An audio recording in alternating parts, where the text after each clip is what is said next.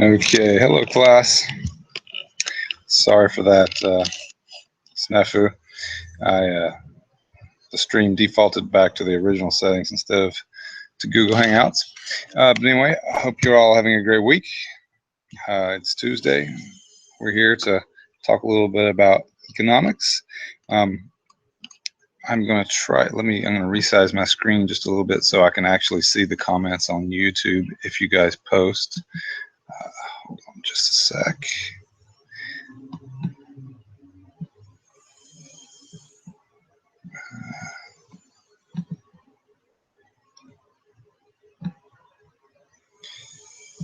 All right. I can actually see you now, or well, I can see your comments if you choose to have any of them. So I'll say hi over there real quick.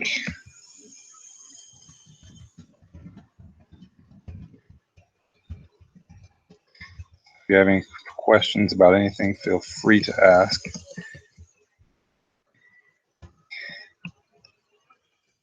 So this week, we're finally getting into some real macroeconomics, right? I hope you guys have found it interesting. We finally got into some model building. So, looking at our aggregate supply and aggregate demand framework, we're really trying to get an idea about why our economy evolves as it does over time. Where do business cycles come from? Where does growth come from? Right, all that stuff we read about growth linked right into aggregate supply and aggregate demand when we talk about the long run aggregate supply curve. So it's all starting to fit together into one big intricate puzzle, right? That's what I've always found interesting about economics. I'm seeing here, hi, I find the book kind of wordy and hard to understand sometimes. What do you recommend as a supplemental study material? There are lots of textbooks out there.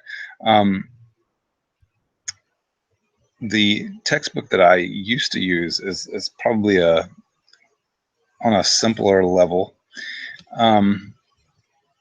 If you'd find it useful, I could probably post PDFs to that textbook's PowerPoint slides. Once again, it's going to be just PowerPoint slides, so it's not giving the full explanation of everything, but it might be a little simpler. Of course, every textbook is also a little different in the way that it presents things. For instance, your textbook talks about the lags involved in fiscal policy as inside lags and outside lags. My prior textbook, Core Macroeconomics by Chang, it talks about many different specific lags, like implementation lags, decision lags, data lags. It talks about a particular lag associated with each different event in the fiscal policy process. So, I mean, there are lots of different ways that different people talk about them. When it comes to the actual models themselves, it's pretty standard and everyone uses pretty much the same terminology. But talking about all the other stuff around it, everyone has their own terminology. Everyone has their own way of talking about things and puts more emphasis on one thing or less emphasis on another. So I'd like to stick with your textbook as much as possible because your quizzes are coming from that textbook, right? And there are some things that I'm asking you questions about in those quizzes that are not adequately covered in lots of other textbooks. But if you are looking for a simpler source that might have more simple explanations of a lot of the stuff, you can try out Chang's Core Macroeconomics. I'll just type that out in chat.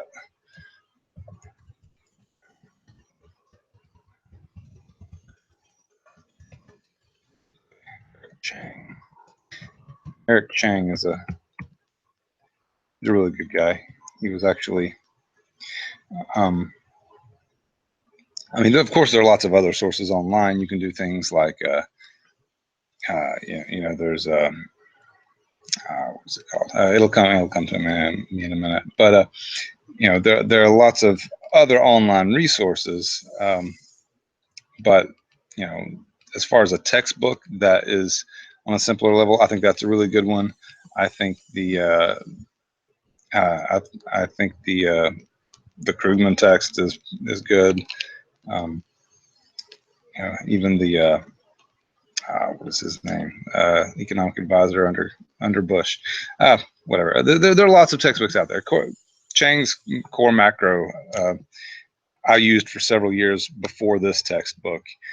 I only use this textbook because it's sort of the standard in this department. But when I was in Florida teaching at Broward College, we used Core Macroeconomics, which was written by a guy that I actually went to grad school with, or he was a professor in my grad school at Florida Atlantic when I was getting my first master's. So it's a really simple text, and I can post some stuff from that if you think it might be helpful. I'll put it maybe in a supplemental addition to the content section, not in the individual modules. Hopefully I remember to do that after this class or after this stream. So are there any other questions out there? I see we have at least a few of you here. If not, it is a little higher level text that it gets into a little more detail on a few things. And other places it doesn't get into as much detail. Every textbook has its own flavor. If you'll notice, like I completely skipped one chapter. I had the chapter content in the text, chapter 7, but I didn't really feel like testing you guys on those labor models, and so I wanted you to see the content, but I didn't test you about it. I only gave that quiz only as questions for chapter 8. Chapter 9 and 10, on the other hand, are both very important for understanding everything about what we're talking about.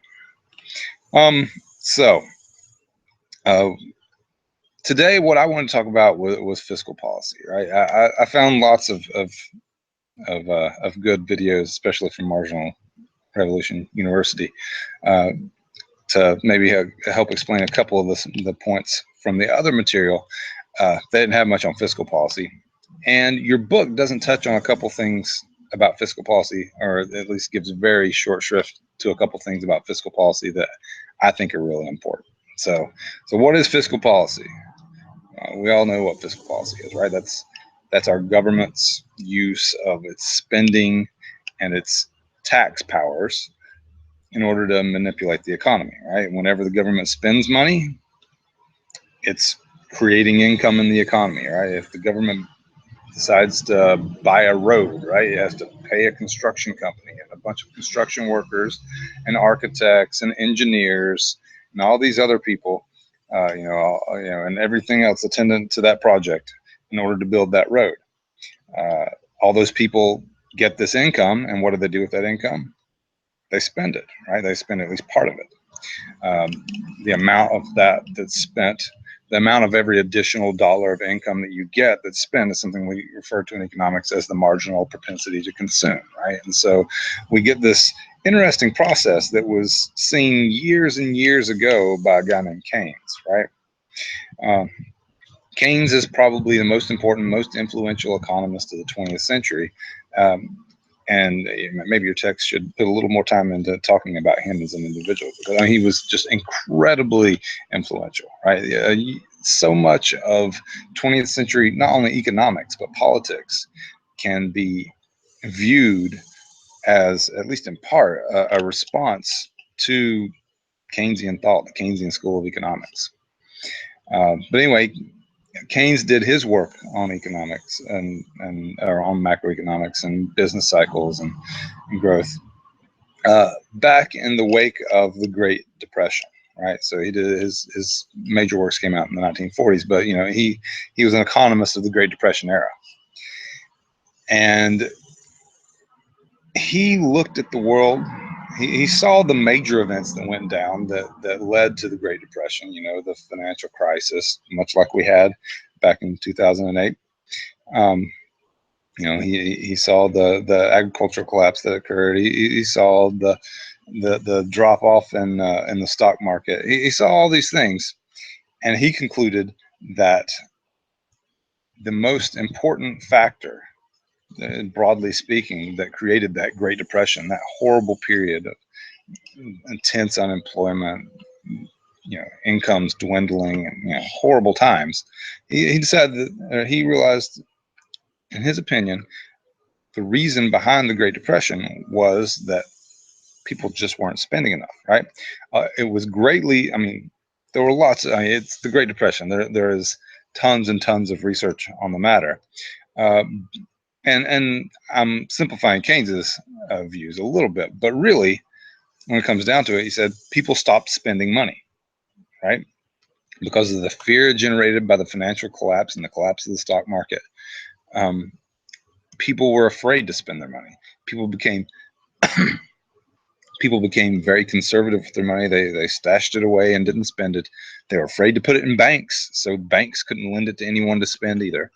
And since people weren't spending their money and no one else was spending their money through borrowing, what happened? People stopped buying things, right? If you're not spending money, that means you're not buying things. If you're not buying things, then there's no reason to make things, right? If I'm not going out and buying a toaster oven, no one needs to build that toaster oven for me. If I'm not buying a new car, I'm not taking up a new car that's been built. Producers start building up inventories, right? Their inventories start stacking up. You know, they expected more sales, they didn't get them. As their inventories get larger, they're not going to need as many employees because they don't need to. You know, they don't. The lot at Chevrolet is already full of cars. They can't fit any more in there. There's no reason for them to continue building them, so they start laying off workers. When they lay off workers, those people's incomes disappear. And when your income disappears, what happens? You spend even less. So you get this.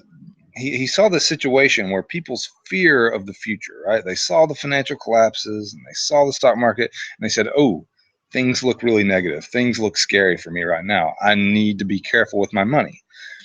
But their response to that fear actually creates a situation where their fear is more likely to become reality, right? Of course, it's a completely rational response to the situation, right?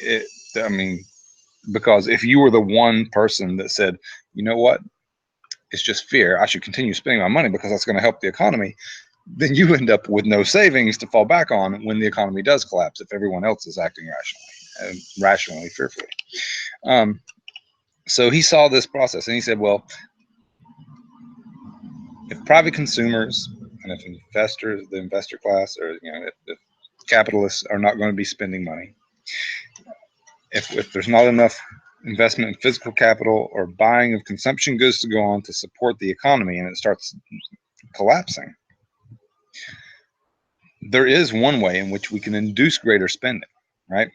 Yeah, I mean, and before we went this far, politicians did everything in their power to simply convince people to spend more, right? I mean, we have the famous quote from FDR himself, right? You know, there's nothing to fear but fear itself. You know, don't be afraid, spend your money.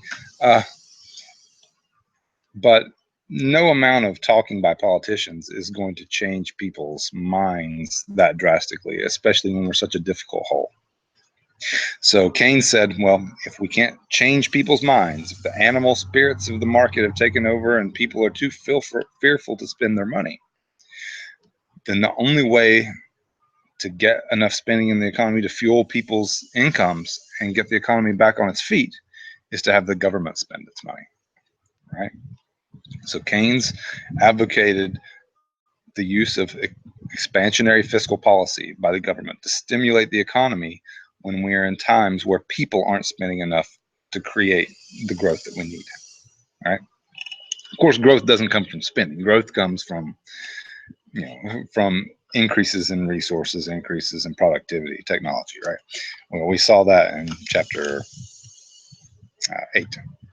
So, but what causes businesses to invest in new technology and to invest in and ways of making their workers more productive? Profits, selling stuff. There's no reason to invest time in new technology if you're not going to sell anything that's made by that technology, right? So before the economy can get back on its feet and start growing again, you need to get businesses selling stuff to people, which means people need to be buying things. Keynes's idea was if the government spends money, when the government spends money building that road that we mentioned, or building a new, building a bridge, or buying new military equipment, whatever it's doing, when it spends that money doesn't just disappear. It goes into the pocket of someone who works for that company that built the road or built the bridge or built the tanks or the ships or whatever. And people, when they get money in their pocket, they spend some of it. Once again, as measured by the marginal propensity to consume. In the United States, our marginal propensity to consume is, I mean, it fluctuates a little bit, but, we'll say it averages out to around 0.9, right? So 90 cents of every dollar, usually a little over that. So the government spends $1. The person who earns that dollar spends 90 cents of it. When they spend that 90 cents, where does that dollar go? Into someone else's pocket. They're going to spend 90 cents of it on average. Of course, not everyone is the same, right? Often because economists speak about people and decision making and actions in terms of averages, we often think that it seems naive. Well, I'm going to save my money. I'm not like that. Well, it doesn't really matter what any of us individually are. What matters is how the population acts on average, right? There will, of course, be some of us who are very conservative and have lower individual marginal propensities to consume, and there'll be some of us who have very high marginal propensities to consume and typically spend every last dollar of income that we get, or we're in debt, right? And we don't care, right? That's not me, but everyone is different. What matters, though, is the population, right? Every one of us is different, and we might change over time, but the population itself is much more predictable. So he saw that process as one that means that every dollar that the government spends is multiplied, right, through this process of spending and income, spending and income, spending and income, the multiplier process. And so he developed that multiplier, that Keynesian expenditures multiplier that you saw in the text, right, 1/1 minus MPC. In our economy, with an MPC of approximately 0.9, 1/1 minus 0.9 is 10. So there's a factor of 10 in the expansion of demand that comes from a $1 increase in government spending. The government spends $1, it should, in theory, shift the demand curve to the right by $10 in real GDP, right? Of course, that's just the demand curve. Equilibrium, as we know, comes from looking at where all these curves interact, right? Where aggregate supply and aggregate demand intersect. But it's hard to go into too much detail on aggregate supply and aggregate demand in this format. So I'm not going to do that here. But I think we want to talk a little bit more about fiscal policy, though. So fiscal policy to stimulate the economy causes demand to go up, and we know from our aggregate supply and aggregate demand framework, if you shift demand to the right, if you increase demand, real GDP increases, right? If you had high unemployment, you were previously below the natural rate level of output or the potential output, whatever, then that's going to push you back towards full employment, right? That's what the theory says. However, Keynes did not spend quite as much time talking about some of the drawbacks of using that fiscal policy, right? We talked about some of them, or your textbook talked about some of them, right? Your textbook talked about how slow the policy might be, right? We have these inside lags and outside lags. Inside lags coming from the fact that it can take politicians a long time to determine that there's a problem, that something needs to be done about it, determine what to do about it. And then outside lags, because once they have come up with a plan and debated it and gone through the political process and shouted at each other back and forth across the aisle, even once they've come to a decision and passed a bill, it takes a long time to implement that bill, because the kinds of spending we're talking about, big infrastructure projects or whatever, those aren't things that happen really quick, right? If the government decides to build a new bridge or a new road, so here in Houston, right? I haven't been here that long, but the entire time I've been here, there are several roads that I travel on pretty frequently that have been under construction the whole time I've been here. I'm willing to bet those roads have probably been under construction for a while, right? When I was back in Florida, I lived right next to a freeway, close to a freeway that I traveled on every day, and they decided to expand the freeway. All they were doing was putting one of those reversible toll lanes in the middle of the road, right? I shouldn't say all. I'm sure that's a huge, huge project, but they were doing that for maybe about 10 miles of freeway. And they started the project in maybe 2006. The project didn't end until like 9 years later, right? 9 years for this one section of road. And they appeared to be doing at least something at all points in time. Right? There were a few delays where they had to stop working because of a snafu here or there, something wrong with engineering, or weather or whatever.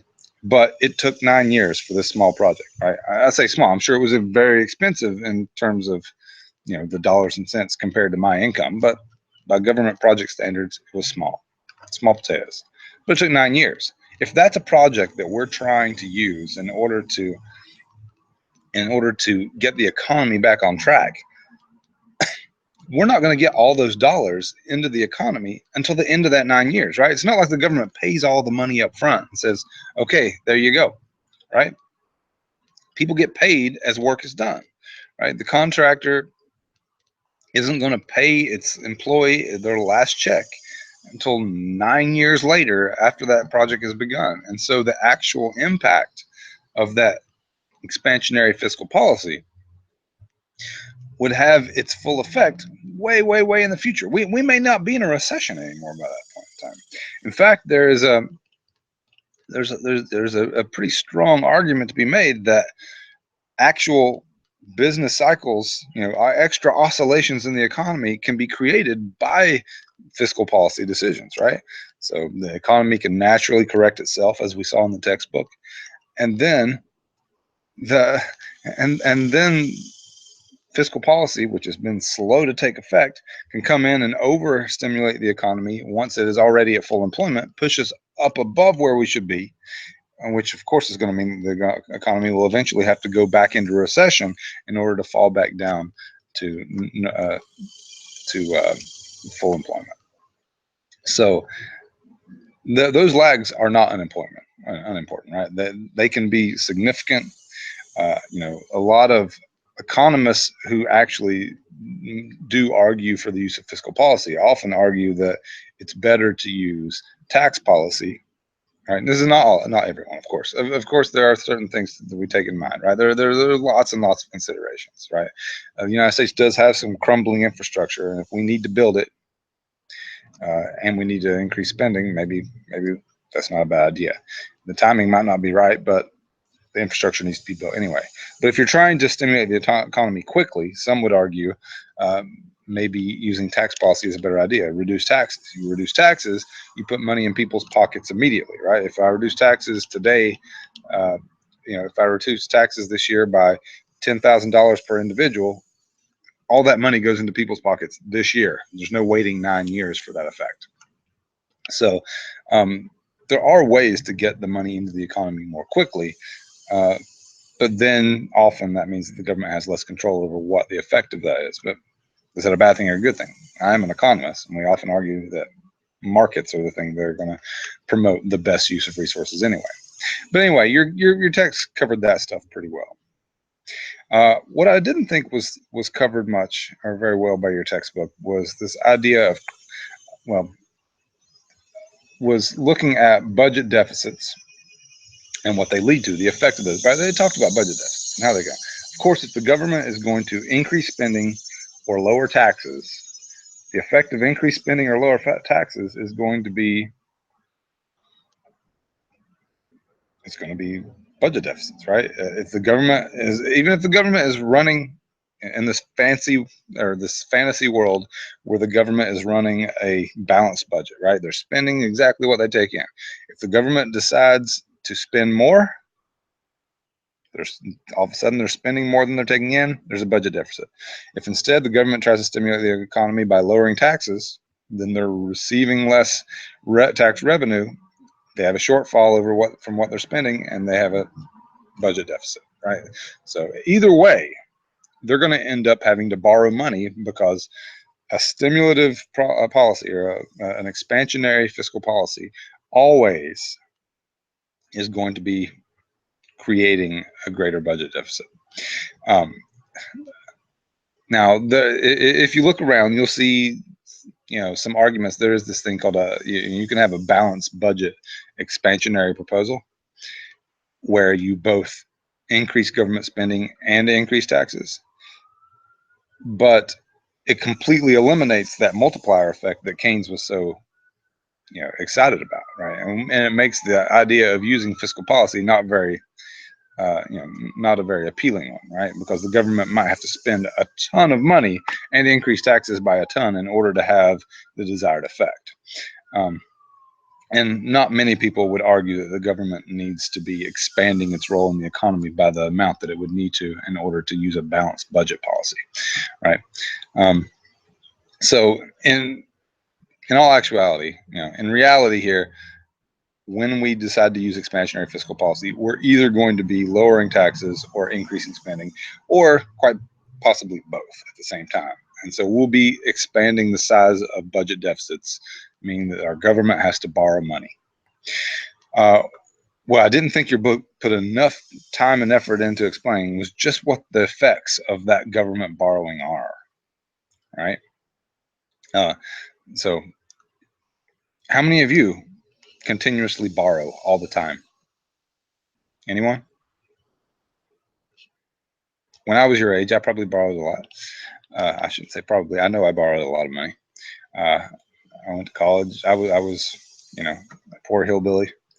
I went to college and borrowed all the money for it. I was relatively smart, but not smart, but not diligent enough in high school to get, to get the scholarships that I would need to pay for college.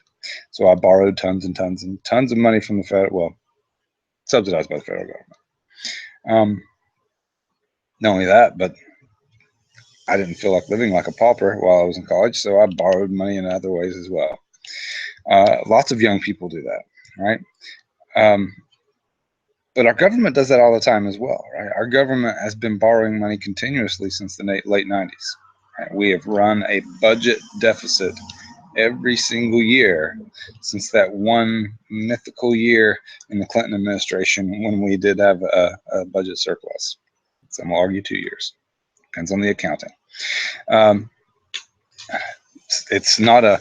It's no fluke that when those budget surpluses did exist, it was during the height of a rapid expansion of the economy, right? During the dot-com boom, when incomes were rising rapidly. When incomes rise rapidly, what happens to tax revenue? Well, people's incomes are going up. They pay more income taxes, and so tax revenue is rising. So our government is all the time borrowing tons and tons and tons of money to cover its budget shortfalls, right? Those budget deficits that are created whenever we use expansionary fiscal policy. If we decide to use a large expansionary fiscal policy like the ARRA was, right? The American Recovery and Reinvestment Act that was passed under Obama, signed by Obama, President Obama, I should say. All right, that huge fiscal stimulus package necessarily increased our budget deficits. Right? And when you increase the budget deficits, you increase the amount of debt in the economy as well. So one thing I wanted to look at today was the budget deficits created by fiscal policy. So I'm going to screencast for just a second here and show you guys a little something. Hold on, let me move this back over. All right. So screen share.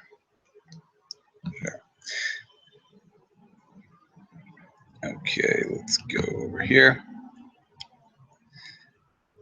That is not where I want to go. That's confusing. Okay, here we go. So here's a nifty little tool that you may have seen before, the US debt clock. If you haven't, it's probably pretty enlightening. So this is a real-time representation of a lot of different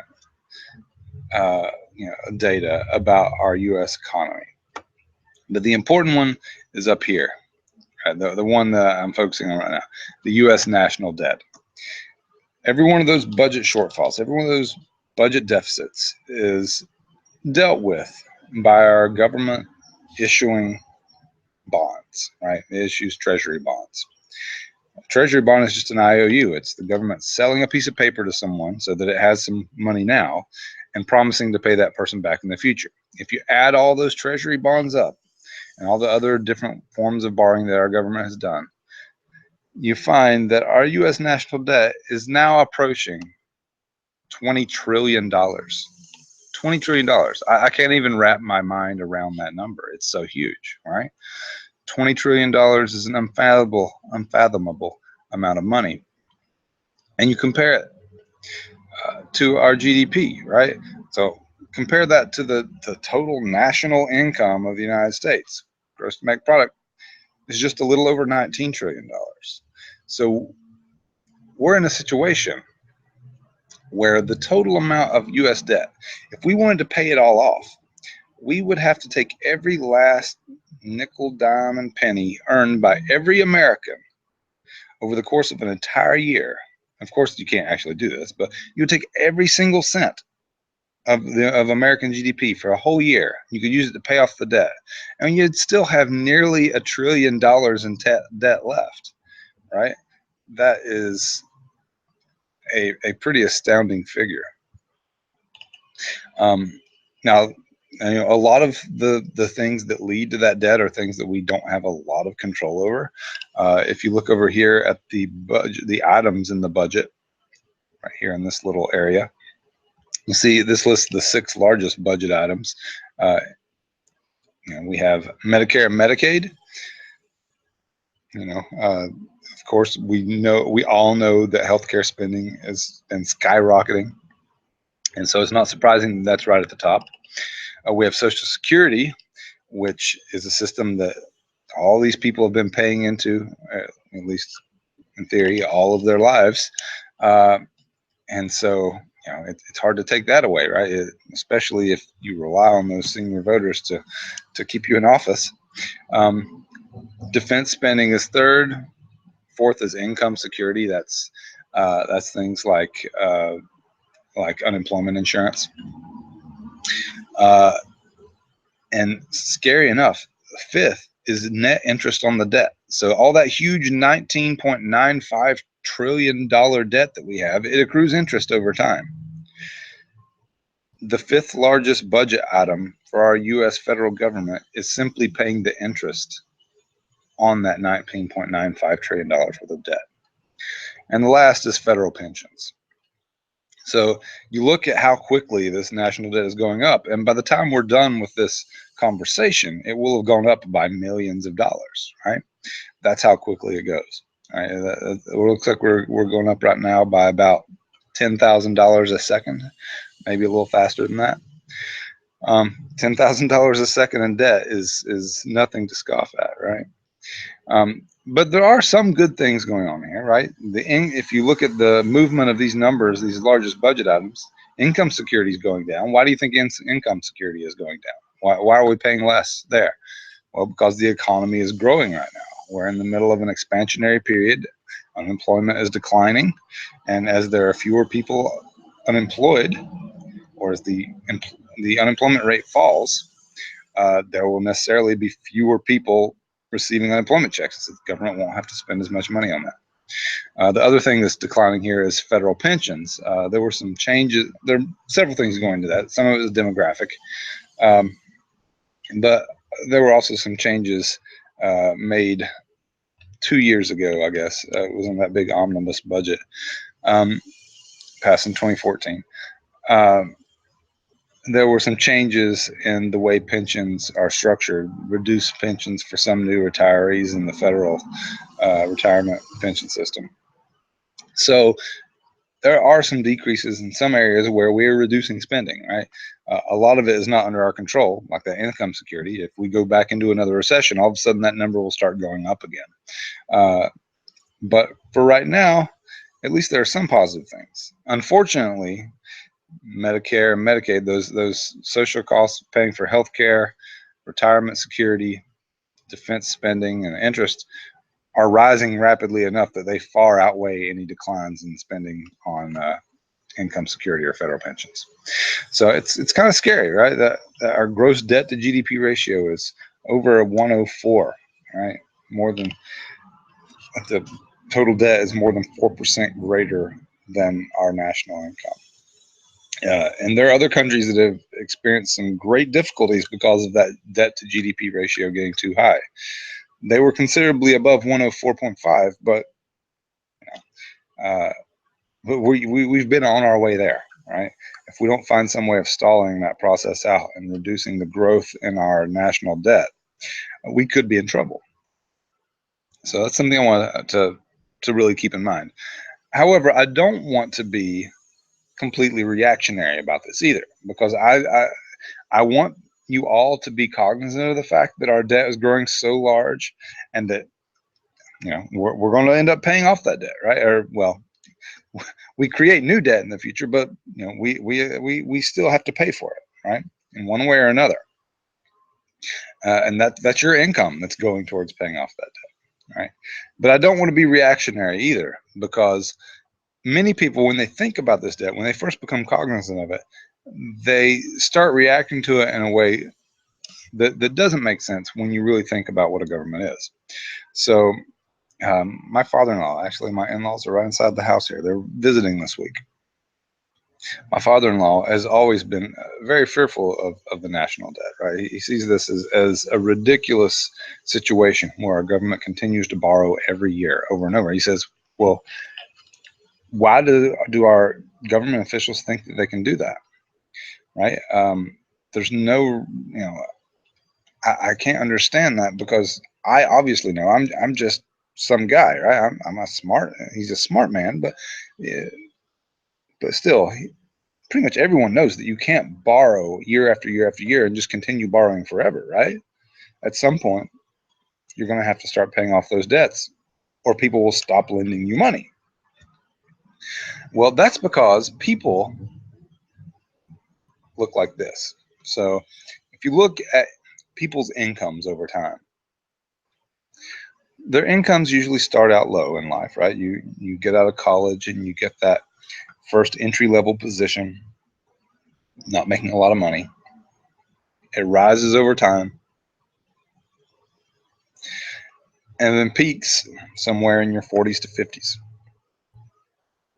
And then after that, people start dropping off as they retire. And so the average person, by the time you get to age 75, is making less than they did when they first entered the job market. Most people at some point in their life end up having zero income, right? Or at least zero income from labor. May still have income from investments. But that poses a real problem for people, right? You want to have a lifestyle that is supported by your income over your life, but you don't really want to live like a pauper when you're young. Knowing that you're going to have greater income in the future, you might want to borrow against that future income in order to buy the house, right? You don't want to be homeless when you're young. Maybe it'll be in your best interest to rent, but you might decide that it's in your best interest to go ahead and borrow a bunch of money and buy a house. So what happens to the amount of debt you take on early in life? Typically goes up, right? It typically rises rapidly. You buy a new car, you buy a house, you have to put some money, put some debt on some credit cards because your expenses outweigh your income temporarily, is what you hope, right? Please don't fill up your credit cards with lots of debt. It's really not the greatest idea. I'm saying people do that, but I'm not saying it's the greatest idea in the world. But it's natural that people would accrue lots of debt early in life. What you hope, the plan that most people would say you should have, is that while you might accrue some debt early in life, as your income rises, your ability to pay off that debt increases. And so you eventually start paying off the debt. And at some point, you're actually able to start saving, right?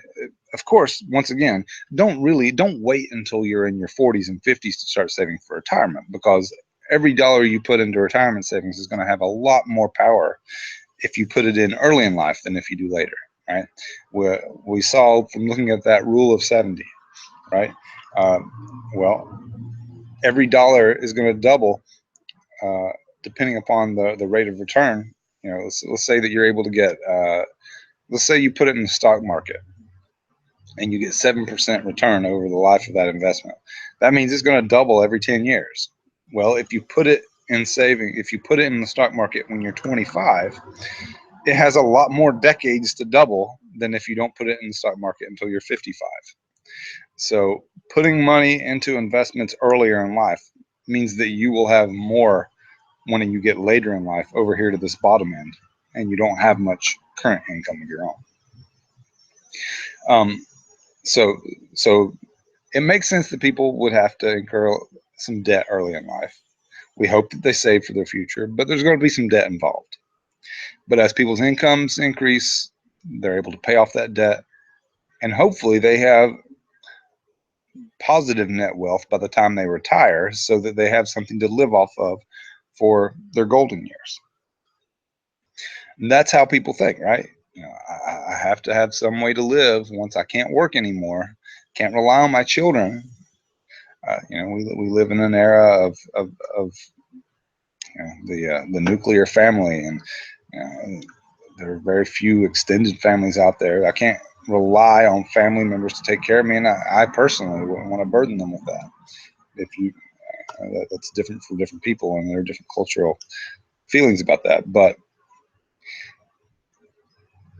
the fact is that you can't borrow forever, because at some point your income won't be enough to support that borrowing, and creditors will no longer give you any money, and so you will end up destitute, homeless, and too old to work.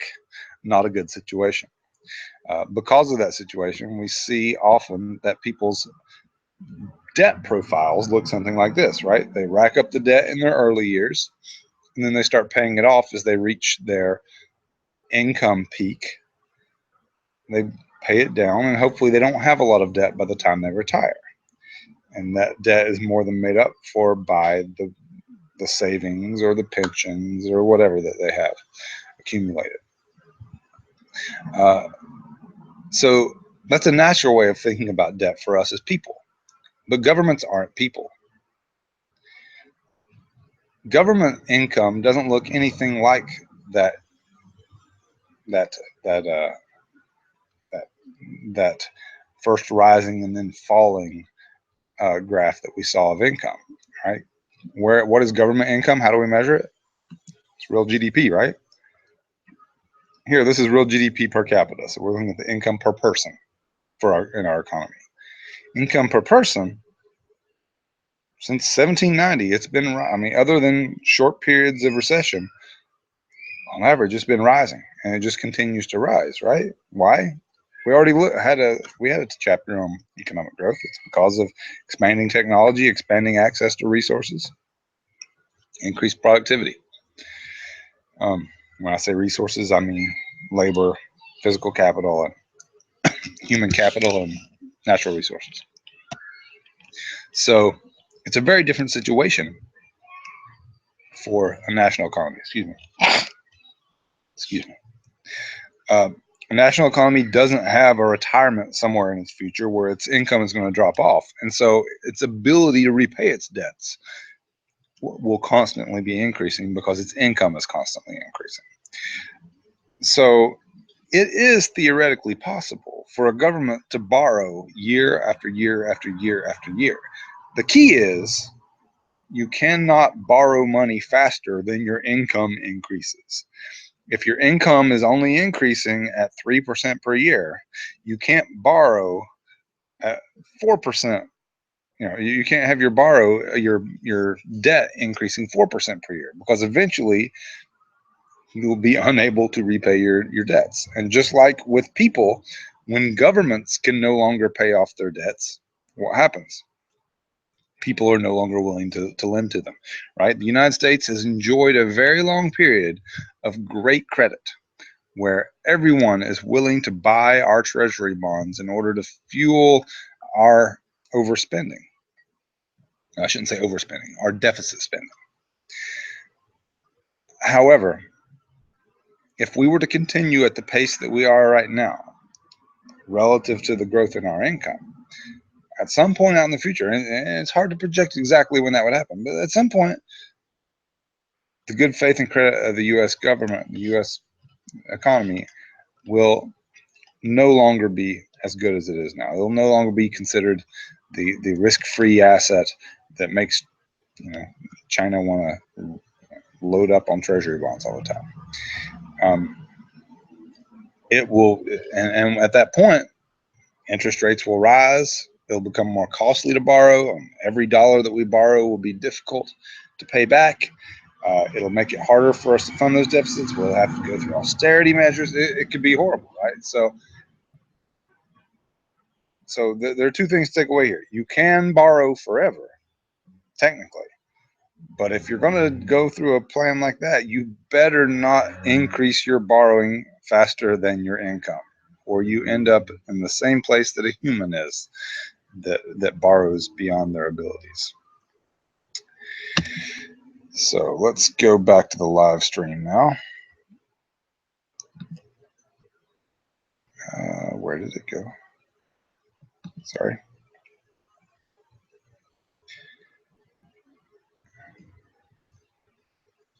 There it is. Okay, let's stop screen sharing.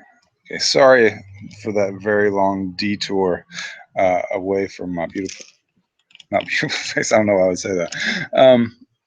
But anyway, so there are some real potential dangers from borrowing if it's not done with some real respect for the potential pitfalls.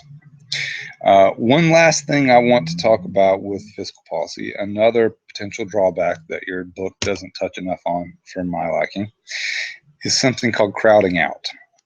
So when the government decides to use expansionary fiscal policy, its budget deficit will necessarily grow. And when its budget deficit grows, it borrows money. We already said that. But when the government borrows money, it doesn't do that in a vacuum. When the government borrows money, it's borrowing in the same market that you and I borrow in. It's borrowing in the same market that corporations are borrowing money in, or states. It's borrowing money in this market for loanable funds, right? Because there's only one place to get money from people who have income that are not looking to spend it all right now, right? From people's savings. Now, banks can, in theory, I mean, they can generate more loanable funds, but they'll only do that if the incentives are there, right? So if the government wants to borrow money, if the government all of a sudden decides it needs to pass a big fiscal stimulus package, it needs to borrow another $1 trillion. When it borrows that $1 trillion, it's going to go into those credit markets and borrow that $1 trillion. It's going right in there alongside you and I. In order for there to be more money to be lent out to the government, financial institutions are going to have to be incentivized, right? What is the incentive for a financial institution to lend money? It's the interest rate, right? When you borrow money from a bank, the only reason they're willing to lend you money is because you're willing to pay an interest rate. They borrowed the money very cheaply. Let's keep it as simple as possible. So they let's say it comes from a checking account deposit, right? That's a pretty cheap way to borrow money, right? Because they don't have to pay any interest on the checking account deposit. Of course, they don't know when they have to pay the depositor back, but still, it's a form of borrowing. So they borrow money at a 0% interest, and then they charge you a high interest rate. The difference between those two interest rates is where they get their profits, by borrowing at a low interest rate and lending at a high interest rate. That is in a nutshell, that is the entirety of the plan of banking. Take in funds cheaply and lend them out at higher interest rates in order to make profits. Well, if you want to induce banks to lend more money, which they're going to have to do if the government decides all of a sudden it needs to borrow $1 trillion, the only way to get them to do that is for interest rates to go up, right? And I make this sound like the government is going to be going out there and increasing interest rates, but no, it's the market, right? The market for loanable funds is like any other market. There's a supply and there's a demand. And when there's increased demand for something, what happens to its price? The price goes up. The same is true of loanable funds. If there's increased demand for loanable funds because the government needs to borrow those funds, The increased demand from the government is going to cause the price of loans to go up, which means that interest rates are going to rise. Now, what's the effect of those rising interest rates? You already saw that, right? When we looked at aggregate supply and aggregate demand, what is one of the things that affects aggregate demand?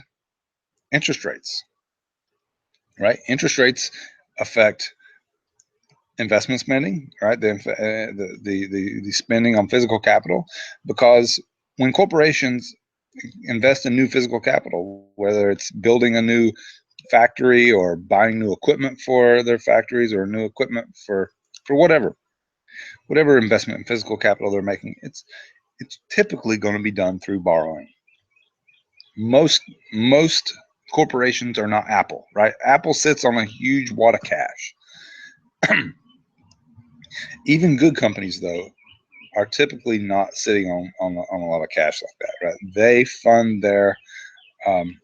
They fund their capital expenditures through borrowing. It just wouldn't make any sense for them to sit on cash for years and years, saving it up in order to build that next factory. Good businessmen and women put their money to work for them instead of letting it sitting around and do nothing. So borrowing is an essential part to investment spending. When the government decides to stimulate the economy by borrowing and causes interest rates to rise, that is necessarily going to cause those corporations to think twice about borrowing themselves, right? It might have made sense at 3%, but now the interest rate is 4%. Nope. The calculus of my expected return just says it doesn't make any sense anymore, and so I'm not going to build that new factory. If I don't build that new factory, it's not ever going to have people in it working, right? It's not going to need machines to fill it up, and so no one needs to build those machines. It can have that could have potentially long-term negative impact on the economy. So it's important to realize that whenever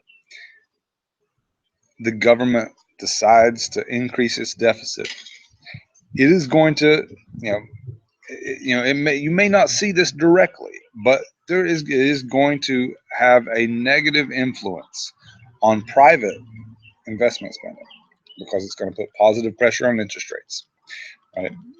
And it's not only investment spending, right? And what we find is that all three parts of demand, all three private parts of aggregate demand, are negatively affected by rising interest rates. Rising interest rates obviously decrease investment spending.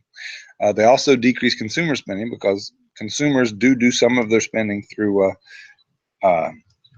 through borrowing. There are some other arguments there as well, but I know plenty of people who are thinking about buying cars. Well, if the interest rate that they're going to have to pay on those car loans doubles, they'll probably be far less likely to buy that car. And when people stop spending money on cars, reduce demand in that market, cause the prices go down, people get laid off, negative effect, right? And then exports as well. The net exports is negatively affected by rising interest rates as well. That one is a little more complex to explain, but it works through the market for foreign exchange. So if our interest rates are rising, you got sort of two effects that are moving in the opposite direction here. If our interest rates are rising relative to the interest rates in other countries, for an international financial investor, that's going to make our financial assets look more appealing, right? If you're just some, let's say you're an international financial institution and you buy assets all over the world in order to fill up your portfolio so that you can make lots of money for your investors. And so you buy bonds over here in Germany, and you buy euro dollars over here in France, and you buy financial instruments everywhere. But then all of a sudden, and every one of those financial instruments, why are you buying it? Because it gives you some sort of return, right? For a bond, that return is the interest rate. If interest rates start going up in the United States, then the return on those financial investments in the United States starts rising relative to other countries. And so there's going to be greater demand on our financial instruments. But if a foreign investor wants to buy US dollar denominated financial instruments, they have to buy them with US dollars, right? You can't take a wad of euros to the US government and say, here, I want to buy some of your treasury bonds. The government would say, no, we're selling these at $2,000 a piece, 2,000 US dollars. I don't know why I said 2,000, 1,000 US dollars. So you're going to have to exchange those euros for dollars. So you have to go into the international foreign exchange market, right? So what that means in simple terms is when our interest rates rise, increased demand for our financial assets is also going to create increased demand for our currency. And increased demand for our currency is going to make it become more valuable on the international market. It's going to appreciate versus other foreign currencies. And when our currency becomes more valuable, what that means to foreign consumers is it becomes more expensive. Our currency becomes more expensive to a foreign importer that's thinking about importing US produced goods. That expense is going to be passed along to consumers in those foreign markets in the form of higher prices for US produced goods. So since a strengthening US dollar causes our exports to become more expensive, foreign consumers will buy less of them. And so the demand by foreign consumers for our products will decline and net exports will fall. So demand in several different ways can be negatively affected through rising interest rates. And when the government borrows money in order to use expansionary fiscal policy, it's always going to have this effect, right? There might be other things going on that keep interest rates from rising, right? There are always many factors that are affecting financial markets at any one time, right? There might be a stronger effect at any particular time that's causing interest rates to fall. But once that effect disappears, maybe not until years later, the impact will eventually start making interest rates higher than they, or at any point in time, they're going to be higher than they would otherwise be if the government is borrowing more. So just another thing to keep in mind. When our government uses its fiscal policy powers in order to stimulate the economy, it does so necessarily through borrowing because of the budget deficits that are created. And there are some real dangers that come from that. There's some real problems.